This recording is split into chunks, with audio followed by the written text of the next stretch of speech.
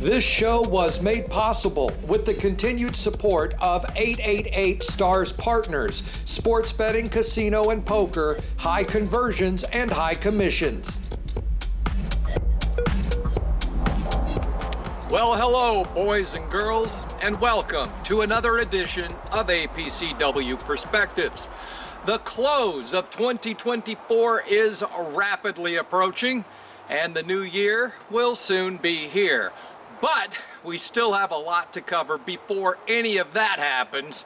And this week, we head back to the United Kingdom after last week's European detour, where the Gambling Commission recently appointed 2 new members to their Safe Gambling Advisory Board, which used to be called the Responsible Gambling Strategy Board. That begs the questions: why the hell the change, and what the hell's the difference? Well, my friends, gambling, as you may or may not know at this point, carries with it a certain element of risk. That's what makes it fun and thrilling for most people, and let's face it, without risk, there is no gambling. No, I mean literally, it's an underlying requirement.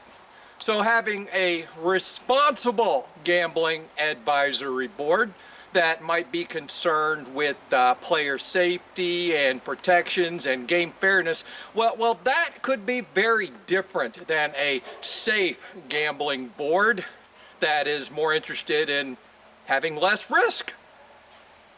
It's a subtle change, but in my opinion, a pretty big and telling difference. And the new appointees to this Safe Gambling Board, first is a sociologist specializing in addiction.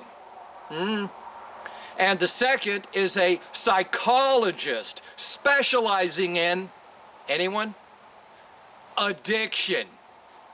In fact, neither of these 2 appointees have any gambling experience at all. And if you look on the UKGC's website at the 7 members of the Safe Gambling panel, only 3 of the 7 have any gambling experience at all. And even those 3's experiences are purely academic with no real world experience at all. But is this really any surprise coming from the UKGC? It was just a year ago that I told you how they appointed 7 new commissioners, none of whom had any gambling experience at all. And hell, even their CEO, Andy Rhodes, worked for a charity before he and his history degree took over the helm of the Gambling Commission. But don't worry, my friends, don't worry that none of these people have any real-world gambling experience at all, because they're just the people helping regulate the entire gambling industry in the UK.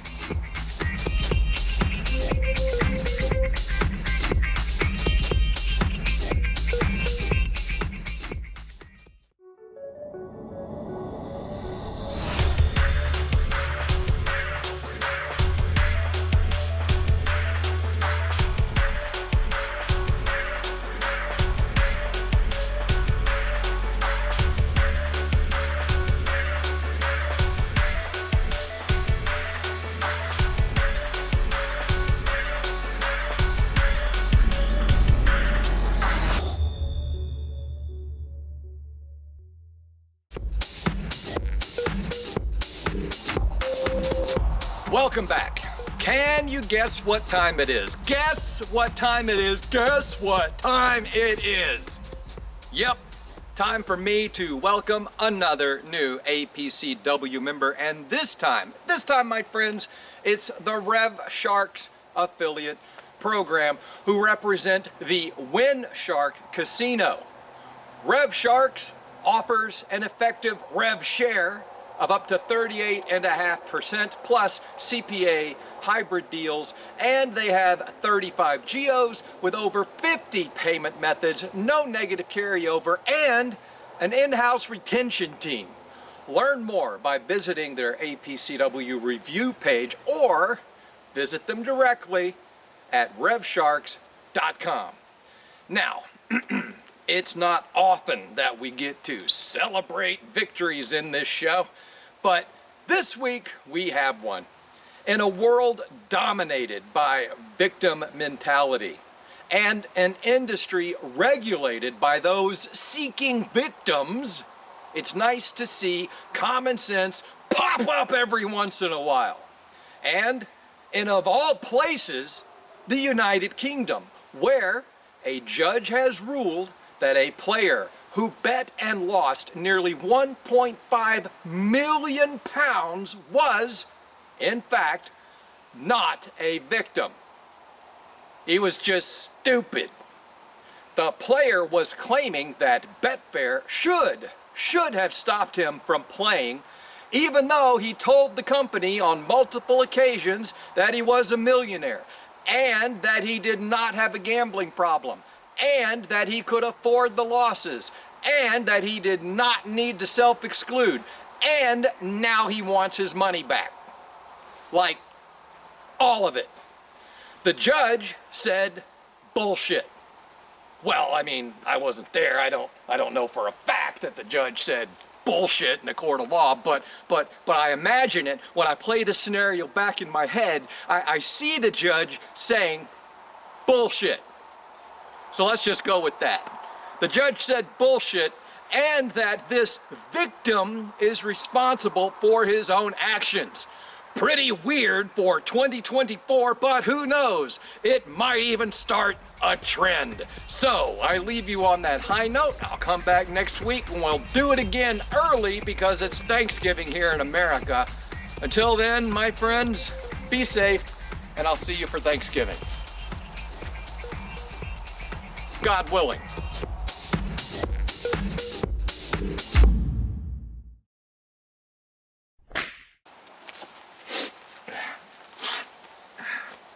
A little bit of a cold. I'm glad I got through all that without a blooper, and it was really cool because I'm in a hurry today. I've got to go return my cable box because I just got rid of cable and started streaming, and I've got to go pick up a prescription because, you know, my tummy issues, and I have to go by the pot store for a friend. I'm picking up some stuff, and then I'm going to go see my mom because she's, you know, coming to the end. So I'm in a real big hurry today. So I'm glad I didn't have a blooper and have to shoot it 2 or 3 times, which begs the question, why the hell am I standing here talking to you when I got shit to do? I don't know. I just running my mouth and I